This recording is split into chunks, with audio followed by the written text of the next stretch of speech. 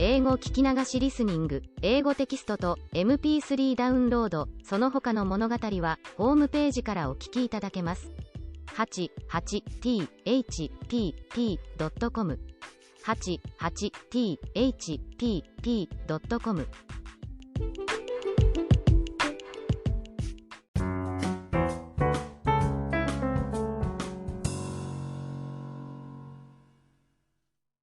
The Emperor's New Clothes. Many years ago, there was an emperor who was so excessively fond of new clothes that he spent all his money in dress. He did not trouble himself in the least about his soldiers, nor did he care to go either to the theater or the chase, except for the opportunities then afforded him for displaying his new clothes. He had a different suit for each hour of the day, and as of any other king or emperor, one is accustomed to say, he is sitting in council, it was always said of him, the emperor is sitting in his wardrobe. Time passed merrily in the large town which was his capital. Strangers arrived every day at the court. One day, two rogues, calling themselves weavers, made their appearance.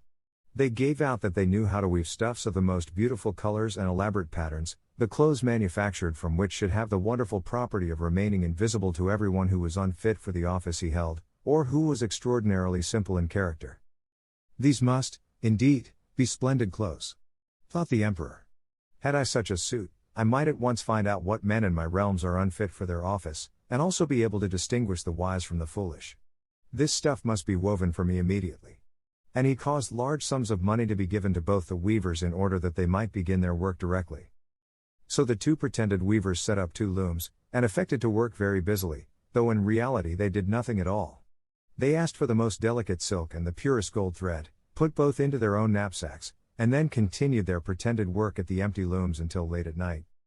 I should like to know how the weavers are getting on with my cloth, said the emperor to himself, after some little time had elapsed. He was, however, rather embarrassed, when he remembered that a simpleton, or one unfit for his office, would be unable to see the manufacture. To be sure, he thought he had nothing to risk in his own person, but yet, he would prefer sending somebody else, to bring him intelligence about the weavers and their work, before he troubled himself in the affair. All the people throughout the city had heard of the wonderful property the cloth was to possess, and all were anxious to learn how wise, or how ignorant, their neighbors might prove to be. I will send my faithful old minister to the weavers, said the emperor at last. After some deliberation, he will be best able to see how the cloth looks, for he is a man of sense, and no one can be more suitable for his office than he is. So the faithful old minister went into the hall, where the knaves were working with all their might, at their empty looms. What can be the meaning of this? Thought the old man, opening his eyes very wide. I cannot discover the least bit of thread on the looms. However, he did not express his thoughts aloud. The impostors requested him very courteously to be so good as to come nearer their looms, and then asked him whether the design pleased him, and whether the colors were not very beautiful, at the same time pointing to the empty frames. The poor old minister looked and looked, he could not discover anything on the looms, for a very good reason, viz., there was nothing there. What? Thought he again. Is it possible that I am a simpleton? I have never thought so myself, and no one must know it now if I am so. Can it be, that I am unfit for my office? No, that must not be said either. I will never confess that I could not see the stuff. Well, Sir Minister, said one of the knaves, still pretending to work. You do not say whether the stuff pleases you. Oh, it is excellent, replied the old minister, looking at the loom through his spectacles. This pattern, and the colors, yes, I will tell the emperor without delay, how very beautiful I think them. We shall be much obliged to you, said the impostors, and then they named the different colors and described the pattern of the pretended stuff. The old minister listened attentively to their words, in order that he might repeat them to the emperor, and then the knaves asked for more silk and gold, saying that it was necessary to complete what they had begun. However, they put all that was given them into their knapsacks, and continued to work with as much apparent diligence as before at their empty looms. The emperor now sent another officer of his court to see how the men were getting on, and to ascertain whether the cloth would soon be ready. It was just the same with this gentleman as with the minister. He surveyed the looms on all sides, but could see nothing at all but the empty frames. Does not the stuff appear as beautiful to you, as it did to my lord the minister? Asked the impostors of the emperor's second ambassador, at the same time making the same gestures as before, and talking of the design and colors which were not there. I certainly am not stupid, thought the messenger. It must be, that I am not fit for my good, profitable office. That is very odd, however, no one shall know anything about it. And accordingly he praised the stuff he could not see, and declared that he was delighted with both colors and patterns. Indeed, please your imperial majesty, said he to his sovereign when he returned, the cloth which the weavers are preparing is extraordinarily magnificent. The whole city was talking of the splendid cloth which the emperor had ordered to be woven at his own expense. And now the emperor himself wished to see the costly manufacture, while it was still in the loom. Accompanied by a select number of officers of the court, among whom were the two honest men who had already admired the cloth, he went to the crafty impostors, who, as soon as they were aware of the emperor's approach, went on working more diligently than ever, although they still did not pass a single thread through the looms. Is not the work absolutely magnificent? Said the two officers of the crown, already mentioned. If your majesty will only be pleased to look at it. What a splendid design!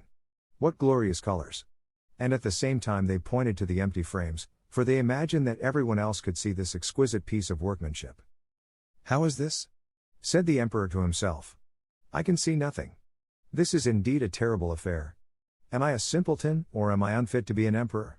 That would be the worst thing that could happen. The cloth is charming, said he, aloud. It has my complete approbation.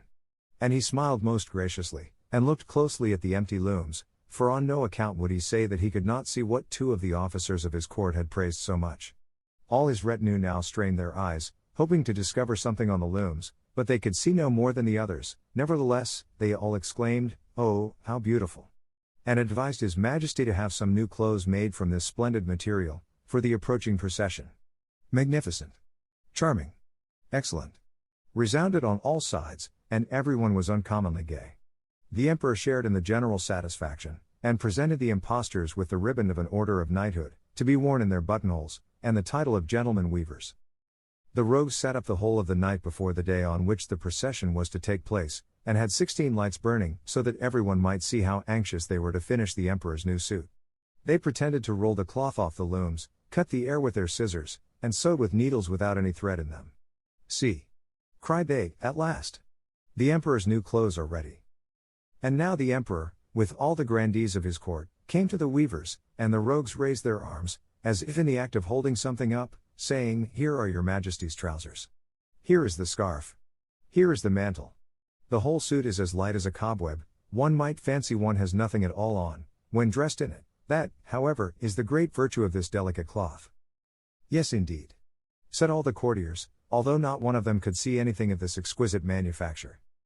"If your imperial majesty will be graciously pleased to take off your clothes, we will fit on the new suit, in front of the looking glass." The emperor was accordingly undressed, and the rogues pretended to array him in his new suit, the emperor turning round, from side to side, before the looking glass. "How splendid his majesty looks in his new clothes, and how well they fit!" Everyone cried out. "What a design! What colors! These are indeed royal robes." "The canopy which is to be borne over your majesty, in the procession, is waiting," announced the chief master of the ceremonies. "I am quite ready," answered the emperor. "Do my new clothes fit well?" asked he, turning himself round again before the looking glass, in order that he might appear to be examining his handsome suit. The lords of the bedchamber, who were to carry his majesty's train, felt about on the ground, as if they were lifting up the ends of the mantle, and pretended to be carrying something, for they would by no means betray anything like simplicity, or unfitness for their office. So now the emperor walked under his high canopy in the midst of the procession, through the streets of his capital, and all the people standing by, and those at the windows, cried out, "Oh! How beautiful are our emperor's new clothes! What a magnificent train there is to the mantle, and how gracefully the scarf hangs!" In short, no one would allow that he could not see these much admired clothes, because, in doing so, he would have declared himself either a simpleton or unfit for his office. Certainly, none of the emperor's various suits had ever made so great an impression as these invisible ones. "But the emperor has nothing at all on," said a little child. "Listen to the voice of innocence," exclaimed his father, and what the child had said was whispered from one to another. "But he has nothing at all on," at last cried out all the people.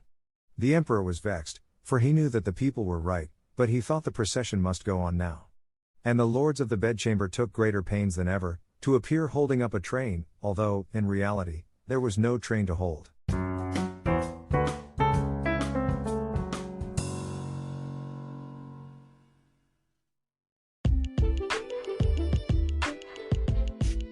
英語語聞き流しリスニング、英語テキストと MP3 ダウンロード、その他の物語はホームページからお聞きいただけます。88thpp.com 88thpp.com